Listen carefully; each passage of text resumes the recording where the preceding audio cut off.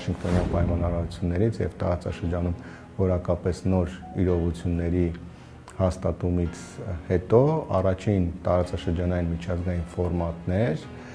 որտեղ փաստացի ընձեռում էր հնարավորություն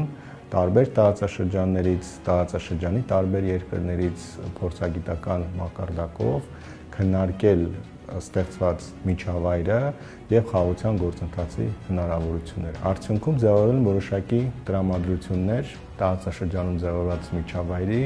եւ Ադրբեջան-Հայաստան կարգավորման գործընթացի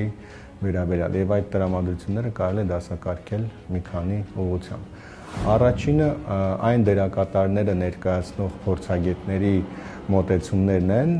որոնք մեծ հաշվով համընկնում են նաեւ այդ երկրների դիրքորոշումներին հնարավոր է, այսինքն որոշակի թերահավատություն գործընթացի վերաբերյալ։ Իսկ ինչքան էլ որ տարօրինակ է այդ թերահավատությունը առկա է մեր հարևան երկրների փորձագետների շրջանում, Իրանի, Վրաստանի եւ ավելի հյուսիս ռուս փորձագետների տրամադրություններում, վերլուծություններում։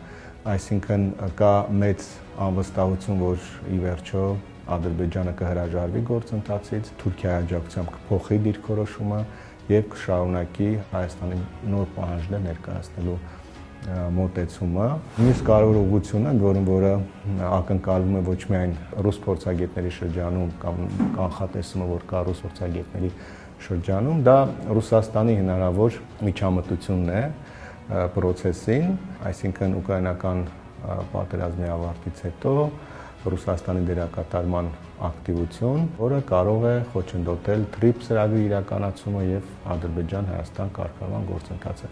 Ինչն է հետաքրքիր, որ ակնկալիքի տեսքով անգամ նման կանխատեսում կար իրանցի փորձագետների շրջանում, այսինքն իրանցիները եւս կանխատեսում են, որ եւ գուցե նաեւ դա իրենց համար հնարավոր լավագույն սցենարն է, այսինքն ավելի լավ է Ռուսաստանի ներկայությունը տարածաշրջանում իրենց անմիջական հարևանությամբ, քան Միացյալ Նահանգների, որը ինչպես նաև ֆորումի ընթացքում նկատվեց, իրենք գնահատում են որպես ամենակարևոր հակառակորդներից մեկը։ Նույն ակնկալիքն էլ կարծես թե նաև վրացի փորձագետների շրջանում էր, որը եւս ես ամեն դեպքում տեղավորում եմ պաշտոնական Վրաստանի շահերի եւ մոտեցումների տիրույթում, եւ չնայած նրանք առերես ողջունում են process-ը, բայց վստահաբար տեսնում են մարտահրավերներ իրենց դիրքերի առումով, իրենց դիրքերի թուլացման հետ կապված, որովհետև Հայաստան-Ադրբեջան կարգավորման գործընթացը եւ դրա հաջողումը եւ TRIP նախագծի իրականացումը փաստացի նվազեցնելու է Վրաստանի կարեւորությունը, ամենաառաջինը գոնե ասենք որպես տարանցիկ երկիր այդ դերակատարման մեջ։